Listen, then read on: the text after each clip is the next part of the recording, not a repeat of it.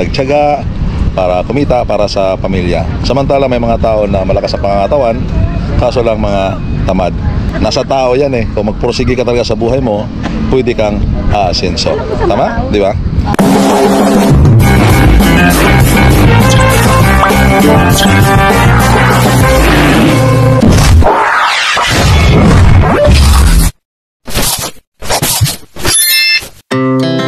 Our hearts beat to the city streets. We began to feel the fire. Good day everyone.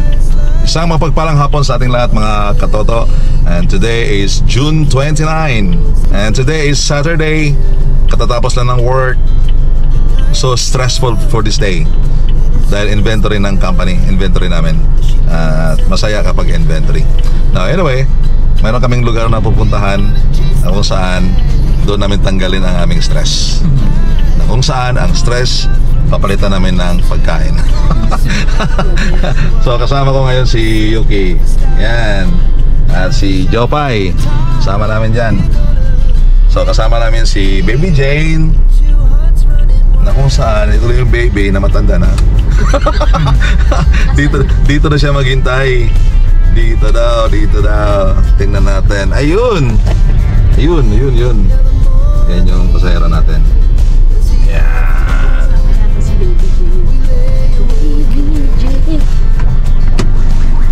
Hello, sir. Ayan si Baby Jane. Yan na yung baby na matanda na. Shout out, Mac! Akala namin, Mac, mawala ka ng tuluyan, mayroon palang pumalit. Anyway, proceeding kami ngayon doon sa isa sa bagong bukas na kainan somewhere sa Toklong. So medyo malalayo yung biyahe ito kasi ang pupunta namin Toklong. Kung ito ay talk short, di madali-dali lang. Anyway, ang may-ari nito ay kaibigan namin. At pupunta kami doon just to support at matikman ang kanilang paninda o mga pagkain offered sa atin. Right, so let's go!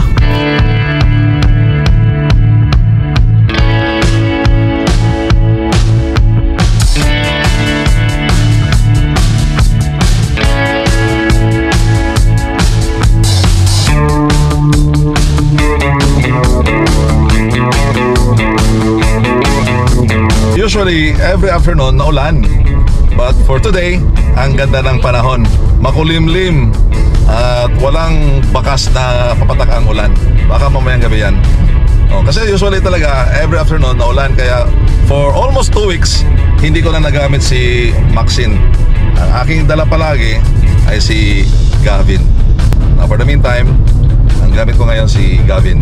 On the way sa lugar kung saan doon namin papalitan ng pagkain ang lahat ng stress na meron kami sa araw nito. Marami ka ba stress? Bakit ka ba na-stress? Sabihin mo nga, bakit ka na-stress? Madami ba stress? Madami. Madami talaga yan. Inventory kasi, na-stress na sila. Jay, na-stress ka ba? Sa inventory? Slide lang po. Yeah, slide. Jopay? Hindi na po. Parang na-stress yung guy niya sa hair. Mga sinungaling yung kasama mo. Sabi nila, stress daw sila sa inventory. Ngayon, okay lang daw. Anyway. Kasi may makarinig. No. Baka daw marinig.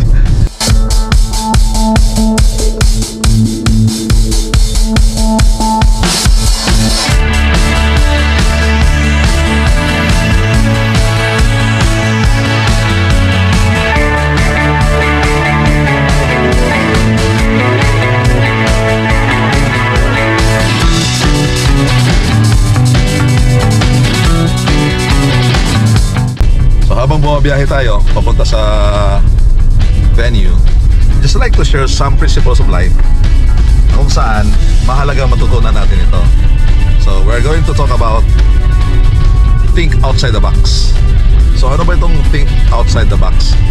Think outside the box is a metaphor that simply means dapat daw mag-isip tayo with creativity, we have to think with innovation, and we have to think with an open mind. You know, mind is just like a parachute. Once it's open, it works. So, ganun din. Kapag ikaw sarado ang isip mo sa mga bagay-bagay, wala anong masasabi mo kapag close-minded? Close-minded. Bukas at malawak yung pag-uunawa. Oh. Jane, anong ibig sabihin ng think outside the box? Explore yourself. Or think. Explore yourself daw. Sige, ano pa? Accept challenges outside the box. Wow. Accept challenges. I like that. Kasi sa buhay talaga natin, punong-puno ng mga challenges. So, any challenges na meron tayo, we need to accept. Common kasi sa atin, kapag mayroong mga challenges sa buhay, ang inisip natin is, hindi ko kaya, I cannot do it. Why not give a try? You know, hanggat hindi po pa nasubukan, huwag mong sabihin hindi pwede. Subukan mo muna. And that time, doon mo malalaman, either kaya mo ba o hindi. Once you think outside the box, ang dami mong pwedeng ma-generate na ideas. Hindi lang isa, hindi lang dalawa, but marami. So napakahalaga yan because more ideas na mayroon ka, more alternatives o option na pwede mong gawin. So tanungin ko muna si Jopay, ano masasabi niya about think outside the box. Jopay, ano sabi mo? Limitahan yung gusto mong gawin. Gawin mo yung pagkakmaan. Ayan, sabi ni Jopay, huwag mong limitahan ang gusto mong gawin. Hanggat maaari, gawin mo kung anong gusto mo. Tinagalog lang niya ang sinasabi ko. So tama yon kasi sa Google mayroong English. Gusto mo malaman ng Tagalog, yun yung Tagalog. Yeah. Alright, so dapat lang masaya talaga. Jane, ano masasabi mo kay Mac? Papanoorin niya ito? Kumustahin mo? Mac, bawas-bawasan ang pag-ML at dagdag-dagdagan ang papadala.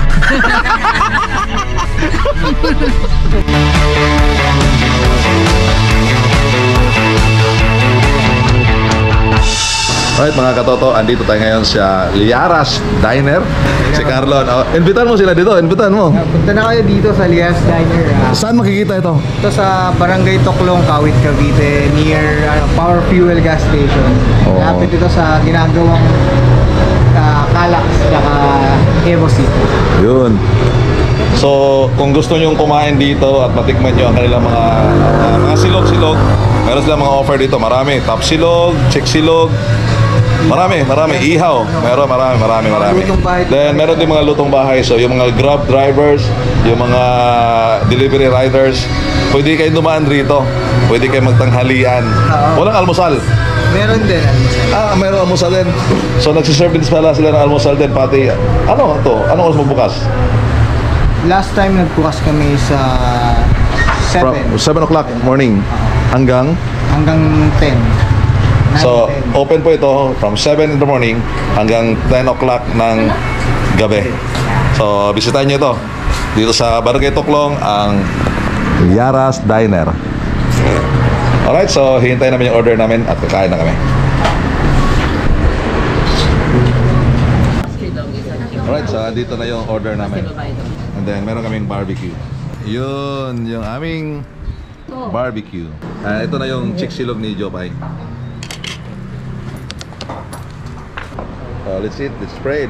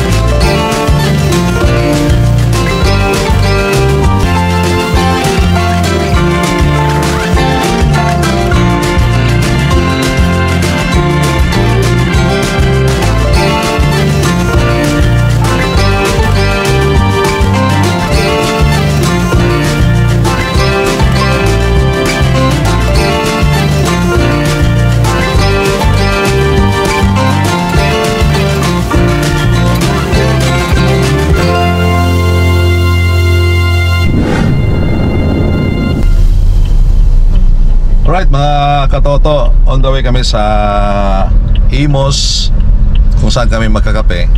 At sa oras na ito, andito kami sa dambana ng watawat ng Pilipinas. Hindi pala, titignan namin yung monumento ng labanan ng Alapan. So tapos na siya at magpa-picture lang kami rito.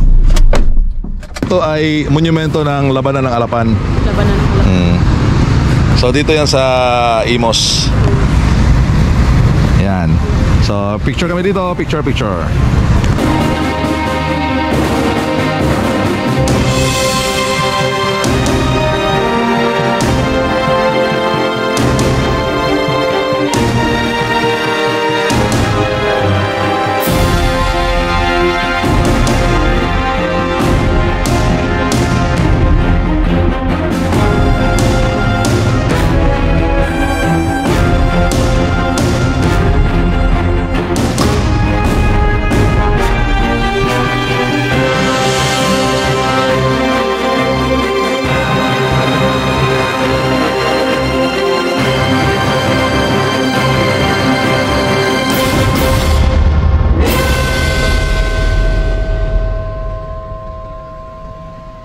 Right mga katoto, andito kami ngayon sa Imos City Hall. Sa tagal ng panahon, ngayon kami ulit nakabalik dito sa area na ito. So, before, usually natambay kami sa area na yan.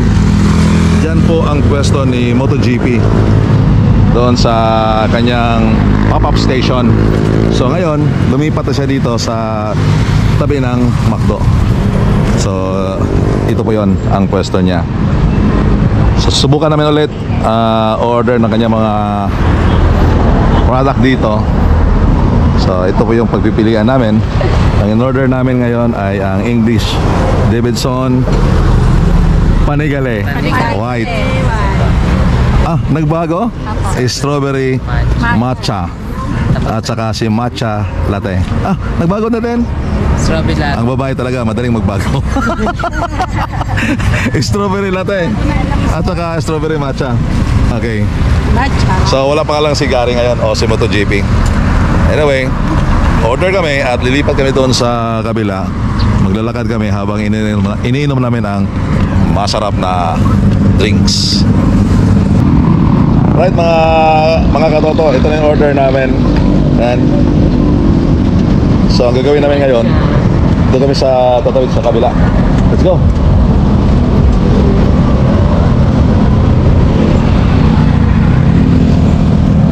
Dito namin iinumin ito. Maganda yung ambience dito eh. Maganda yung view. Magandang tumambay. Let's go. So ito po yung mga kagagaling lang sa Amerika.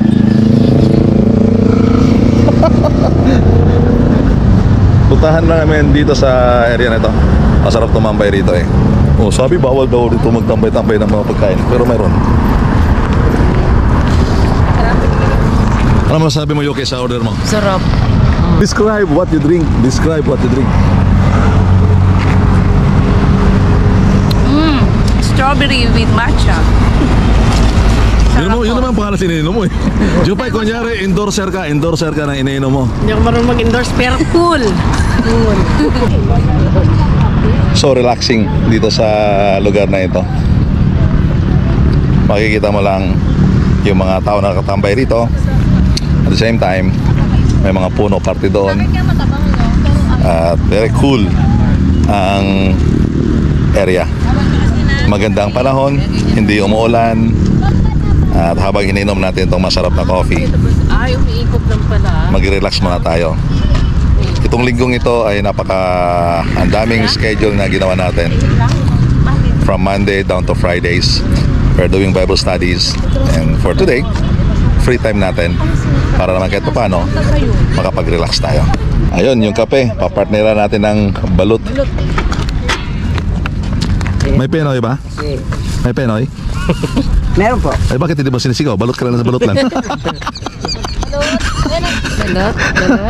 May penoy siyang paninda pero sinisigaw niya palagi balot lang, balot. Dapat sabihin mo, balot, penoy. Ayun. Malit lang po yung sisi. Gusto ko yung gamanok na. Yun. Pero maliit lang. Opo. Balot sa itim, hindi sa puti. Sa akin penoy. Penoy ako, penoy. Pwede Gcash? Wala po. Wala na kami dito. Credit card. Utang 2 gives. Grabe po. Grabe no, food trip talaga. Food trip talaga itong mga kasama ko ngayon. Teka lang. Kakakain lang namin kanina doon. Laging sinusulit namin. Anyway, first time namin makasama si kabiyahero si Jane. Yan, first time namin makasama yan. Hello po. Yan. Ano, ay balot na. Oh, shoutout ko yan. Anong pangalan mo? Jerry po. Jerry. Si Jerry. Matagal ka na nagtitinda dito, Jerry? Opo, taon na rin po. Alam mo, Jerry, sa totoo lang nung ako bata, nagtitinda ako ng balot sa province namin. Ang balot nung time na yon ay I think no 75 centavos pa lang ang balot namin dati. Tapos ang commission ko doon ay 20 cents. Tuwang-tuwa na ako noon. Kasi nung time na yon, mura lang ang bili. Kapag mayroon kang piso na income, busog ka na. 25 centavos na banana Q, 25 centavos na ice candy, ayos na yon. Pero karon, yung piso daw, ano ginawa sa piso ngayon? Sinatapon. Tinatapon na raw. Ang bihira. I-enjoy muna namin ito, pagkain ng balot. Right, so mga katoto, dito ko natatapusin ang aking vlog. So yung binilhan namin kanina ng balot, nakipagkwentuhan tayo patungkol sa buhay-buhay. At hanga ako sa mga taong ganon. Alam mo magkano lang kikitain sa pagtitinda ng ganyan, pero nagtiyaga para kumita para sa pamilya. Samantala may mga tao na malakas sa pangangatawan, kaso lang mga tamad. Kaya hindi po dahilan na mahirap ka isinilang, mahirap kang mamatay. Nasa tao yan eh. Kung magpursige ka talaga sa buhay mo, pwede kang aasenso. Tama? Di ba? So, tandaan nyo mga katoto, walang mahirap sa tao na nagpupursige. May pag-asa ang buhay. Anong masasabi mo sa lakad ngayong araw na ito, Jane? Una po sa lahat, thank you, sir, sa time. At thank you kay Strawberry Matcha. Di ba? Makaka-enjoy. Yeah. Relax. How about you, Yuki? Sir, busog. Alright. Busog talaga. Alright, so mga katoto, hanggang dito na lang. Hanggang sa muli, ito si JB Moto nagsasabi palagi sa inyo, always remember, life is too short, therefore, enjoy life, ride ko to, ride mo to, enjoy every day, God bless.